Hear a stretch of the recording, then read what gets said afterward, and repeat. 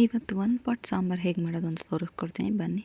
ಫಸ್ಟಿಗೆ ನಾನು ಮಿಕ್ಸಿ ಜಾರನ್ನ ತೊಗೊಂಡಿದ್ದೀನಿ. ಮಿಕ್ಸಿ ಜಾರಿಗೆ ಒಂದು 7ರಿಂದ 8 ಎಸಳು ಬೆಳ್ಳುಳ್ಳಿ ಹಾಕ್ಕೊಂಡಿದ್ದೀನಿ, 1 ಸ್ಪೂನ್ ಜೀರಿಗೆನ ಹಾಕ್ಕೊಂಡಿದ್ದೀನಿ, ಹಾಗೆ ಒಂದು 3ರಿಂದ 4 ಒಣಮೆಣಸನ್ನ ಹಾಕ್ಕೊಂಡಿದ್ದೀನಿ, ಒಂದು ಅರ್ಧ ನಿಂಬೆಹಣ್ಣಿನ ಗಾತ್ರದ್ದು ಹುಣಸೆಹಣ್ಣನ್ನು ಹಾಕ್ಕೊಂಡಿದ್ದೀನಿ, ಒಂದು ಇಡೀ ಕೊತ್ತಂಬರಿನ ಹಾಕ್ಕೊಂಡಿದ್ದೀನಿ, ಒಂದು ಬಟ್ಲು ಕಾಯಿ ತುರಿನ ಹಾಕ್ಕೊಂಡಿದ್ದೀನಿ, ಹಾಗೆ ಇದಕ್ಕೆ ಒಂದು ಅರ್ಧ ಈರುಳ್ಳಿ, ಅರ್ಧ ಟೊಮೊಟೊನ ಕೂಡ ಹಾಕ್ಕೊಂಡಿದ್ದೀನಿ, ಹಾಗೆ ರುಚಿಗೆ ಉಪ್ಪನ್ನು ಹಾಕ್ಕೊಂಡು ನೆಕ್ಸ್ಟು 1 ಟೇಬಲ್ ಸ್ಪೂನ್ ಸಾಂಬಾರು ಪೌಡರ್ನ ಹಾಕ್ಕೊಂಡು ನಾನಿಲ್ಲಿ ತುಂಬ ಫೈನ್ ಪೇಸ್ಟ್ ಅಲ್ಲ, ಸ್ವಲ್ಪ ತರಿಯಾಗಿ ರುಬ್ಕೊಂಡಿದ್ದೀನಿ.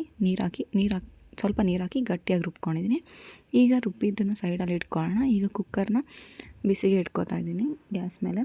ಕುಕ್ಕರ್ ಬಿಸಿ ಆದಮೇಲೆ ಒಂದು 2ರಿಂದ 3 ಟೇಬಲ್ ಸ್ಪೂನ್ ಆಯಿಲ್ ಹಾಕ್ಕೊಂಡಿದ್ದೀನಿ. ಆಯಿಲ್ ಬಿಸಿ ಆದಮೇಲೆ ನಾನಿಲ್ಲಿ ಸಾಸಿವೆ, ಇಂಗು, ಕರಿಬೇವು, ಒಣಮೆಣಸು ಹಾಕ್ಕೊಂಡು ಅದು ನೀಟಾಗಿ ಸ್ವಲ್ಪ ಫ್ರೈ ಆಗೋ ತನಕ ಬಿಟ್ಟು ಆಮೇಲೆ ಅರ್ಧ ಟೊಮೊಟೊನ ಹಾಕ್ಕೊಂಡಿದ್ದೀನಿ. ಟೊಮೊಟೊ ಒಂದು 2 ನಿಮಿಷ ಆದಮೇಲೆ ನಾವೇನು ರುಬ್ಬಿಟ್ಕೊಂಡಿರ್ತೀವಲ್ಲ ಮಸಾಲೆ, ಆ ಮಸಾಲೆನ ಹಾಕ್ಕೊತಾ ಇದ್ದೀನಿ. ಇದನ್ನು ಒಂದು 2ರಿಂದ 3 ನಿಮಿಷ ಬಿಟ್ಟಿದ್ದು ಆದಮೇಲೆ ನಾನಿವಾಗಿಲ್ಲಿ ಯಾವುದೇ ರೀತಿ ತರಕಾರಿನ ಯೂಸ್ ಮಾಡ್ತಿಲ್ಲ, ಸೊಪ್ಪನ್ನು ಯೂಸ್ ಮಾಡ್ತೀನಿ. ಪಾಲಕ್ ಸೊಪ್ಪನ್ನು ಹಾಕ್ಕೊಂಡಿದ್ದೀನಿ. ಒಂದು ಇಡೀ ಪಾಲಕ್ ಸೊಪ್ಪನ್ನ ಸಣ್ಣದಾಗಿ ಹೆಚ್ಚಿ ಹಾಕ್ಕೊತಾ ಇದ್ದೀನಿ. ಆಮೇಲೆ ನಾನು ಇದಕ್ಕೆ 2ರಿಂದ 3 ಟೇಬಲ್ ಸ್ಪೂನ್ ತೊಗರಿಬೇಳೆನ ಒಂದು 10ರಿಂದ 15 ನಿಮಿಷ ನೆನೆಸಿಟ್ಕೊಂಡಿದ್ದೆ. ಆ ಒಂದು ತೊಗರಿಬೇಳೆನೂ ಕೂಡ ಇದಕ್ಕೆ ಹಾಕ್ಕೋತಾ ಇದ್ದೀನಿ. ಹಾಗೆ ನೀವು ಏನು ಸಾಂಬಾರು ಕನ್ಸಿಸ್ಟೆನ್ಸಿಗೆ ನೀರನ್ನು ಆ್ಯಡ್ ಮಾಡ್ಕೊಳ್ಳಿ.